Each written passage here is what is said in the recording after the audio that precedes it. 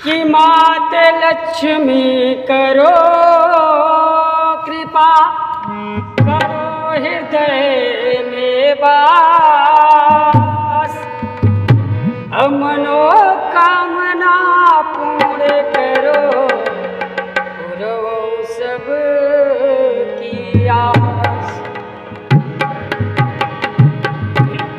एक बार बोल दो दुर्गे मैया की जय।